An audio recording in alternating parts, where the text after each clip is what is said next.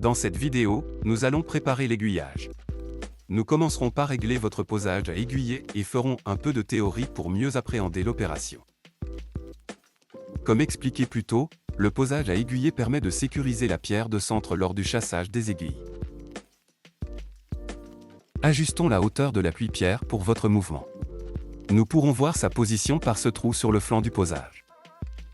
Munissez-vous du tournevis bleu et dévissez à l'arrière, jusqu'à ce que la vis ressorte un petit peu.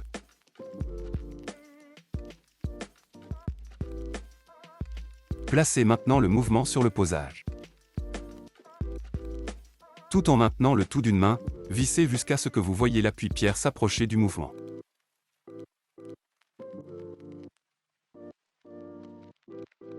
Pour un réglage plus fin, tenez le mouvement à l'horizontale devant une faible source de lumière.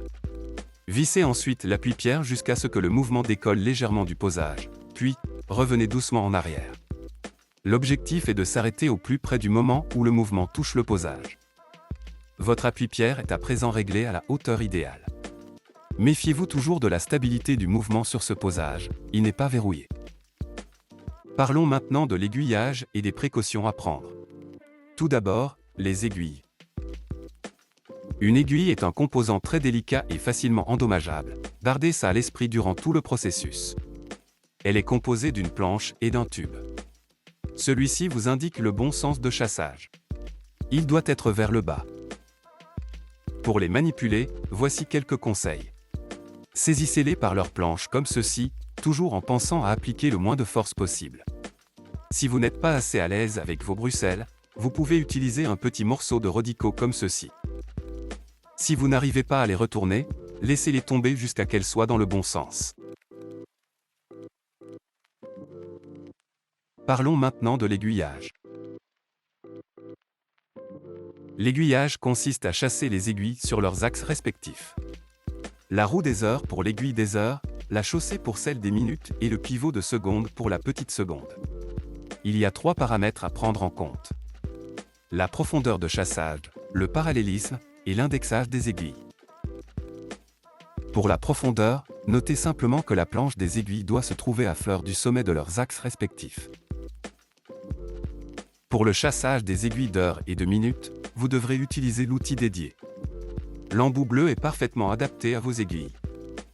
Tout en restant le plus perpendiculaire possible, vous devrez exercer une pression sur les aiguilles. Représentez-vous un poids entre 1 et 3 kg pour les engager complètement.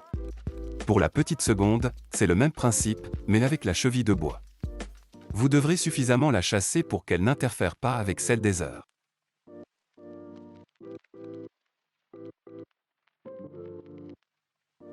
Le parallélisme entre les aiguilles est une notion très importante. Si vos aiguilles se touchent, la montre peut s'arrêter complètement.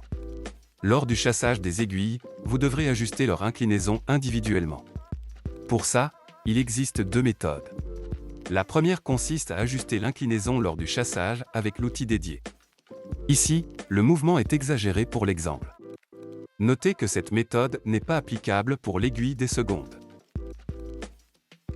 La deuxième méthode consiste à utiliser un bout de plastique plié sur lui-même.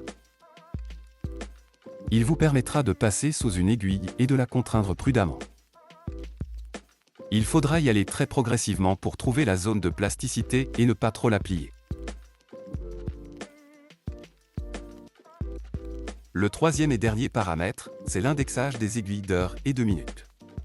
Une notion plus esthétique. Pour une lecture de l'heure plus agréable, il est important que l'aiguille des minutes soit centrée à 12 heures, lorsque l'heure passe sur un des index.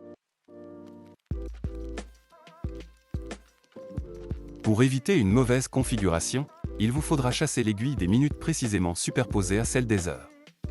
Nous y reviendrons dans la prochaine vidéo. Si l'un de ces paramètres n'est pas satisfaisant, vous devrez retirer les aiguilles pour recommencer.